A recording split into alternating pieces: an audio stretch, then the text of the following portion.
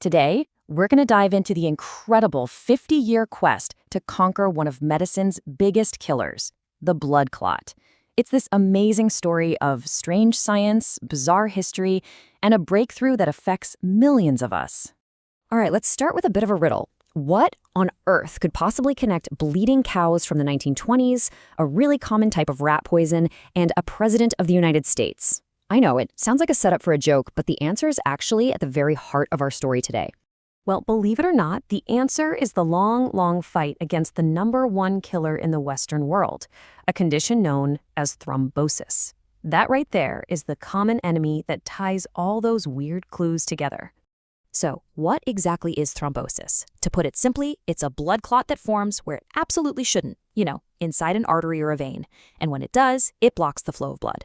That blockage, well, that's where the real danger kicks in. And the consequences are, frankly, terrifying. If that clot blocks an artery in your heart, that's a heart attack. If it happens in your brain, it's a stroke. And if a clot forms deep in your leg and then decides to travel up to your lungs, that's a pulmonary embolism, which is incredibly life-threatening. So yeah, this is a very serious problem. So you have to wonder, how have doctors been fighting this for the past half-century? Well, for the longest time, our main weapon has been what you might call a flawed hero, a solution that definitely worked, but man, it came with a whole lot of problems. For a solid 50 years, the go-to drug was something called warfarin. It's an anticoagulant.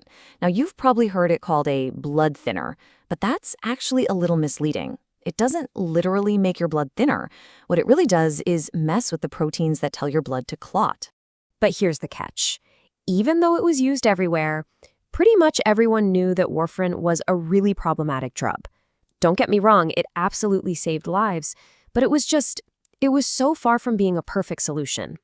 And to really get why it's so tricky, you have to hear its unbelievable origin story. This wasn't some drug cooked up in a lab from scratch. No. Wait, its history is much stranger. It literally takes us from a farm pasture to a bottle of poison and finally to a prescription pad. So get this, the story starts in the 1920s. Farmers notice their cattle are mysteriously bleeding to death, and they trace it back to spoiled sweet clover. It took until 1941 for scientists to figure out what was in that clover. Then, after World War II, a much more powerful version was created and sold as rat poison, and it was a really good one. It was only considered for humans after someone's failed suicide attempt showed doctors it could be survivable in controlled doses. And by 1955, its most famous patient was President Eisenhower, who was put on it right after his heart attack. Just wild. So you can imagine, with a backstory like that, and all the difficulties in using it with patients, scientists were desperate for something better. I mean, there just had to be a safer, more predictable way to stop these clots from forming. Okay, to find that better drug, you first have to understand the problem. The way our blood clots is a natural process called the coagulation cascade. The best way to think about it is like a set of dominoes. An injury kicks off a chain reaction of proteins, which then activates a really important enzyme called thrombin. Thrombin's job is to create fibrin, and fibrin is basically the sticky glue that holds the whole clot together. Now, warfarin disrupts this whole chain reaction, but it does it way at the beginning of the process, really upstream. It's like, imagine your kitchen sink is overflowing, but instead of just turning off the faucet, you have to shut down the water main for the entire neighborhood. It's a really blunt, imprecise way to do it, and that's what causes all the issues. And this slide really highlights that core problem. I mean, the ideal drug would have a totally predictable dose. It would work fast, and you wouldn't have to worry about what you eat. Warfarin, it's the complete opposite. It's slow to start working, it interacts with tons of other drugs, and even foods like spinach. And patients need constant blood tests just to stay in that very narrow sweet spot between clotting and bleeding. So the huge question for researchers, for decades, was simple. Could they find a better way, a more targeted approach? Could they design a drug that could stop the dominoes from falling at a much more precise point and avoid all of warfarin's complications? Eventually, the search really zeroed in on two key players, way down at the end of that domino chain, an enzyme called factor XA and thrombin itself, the enzyme that makes the final glue. The idea was, if you could block one of those, it would be like stopping the production line right at the very end, a much cleaner, more targeted approach.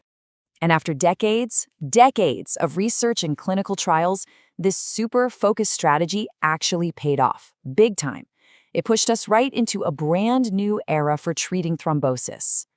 The result was a whole new class of drugs, often just called DOACs. You see dabigatran here directly blocks thrombin, that final glue maker. And then you have others like rivaroxaban and apixaban, which block factor XA, the step right before it.